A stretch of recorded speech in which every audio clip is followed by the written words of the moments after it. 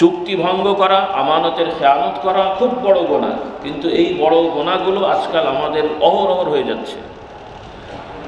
ওয়াদা করা হচ্ছে, কথা বলেছি, ওয়াদা ভঙ্গ করছি, বল ভাই আপনি না বললেন, ভাই মুখের কথার কি দাম আছে? তাহলে মুখের কথার দাম নেই তো কিসের কথার দাম আছে? কথা কোথা দিয়ে বেরোই না দেন ভাই, ওদের কথা কোথা দিয়ে বেরোই?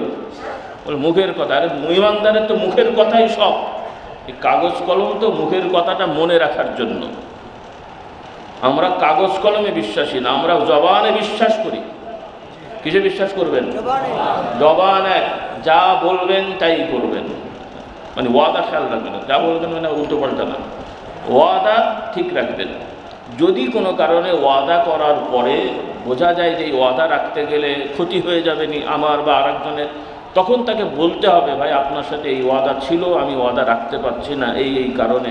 তাহলে ওইটাকে আবার চুক্তি বা ওয়াদাকে আবার ওয়াদা করে ভঙ্গ করতে হবে। কিন্তু ওয়াদা করলাম, ও বেচারা আশা নিয়ে বসে থাকছে আমি ভঙ্গ করছি, ও বিপদে পড়ে গেল, না, এটা কবিরা গুনাহ, মুনাফিকি খাসলত। কি খাসলত? মুনাফিকি।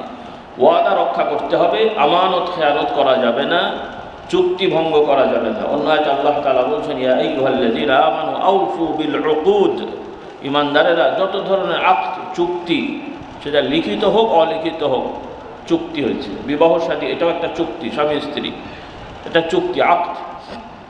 এভাবে কোম্পানি হোক ব্যক্তিগত হোক যত রকমের ওয়াদা আছে, আল্লাহ তাআলা আমাদের বোঝার তৌফিক দেন।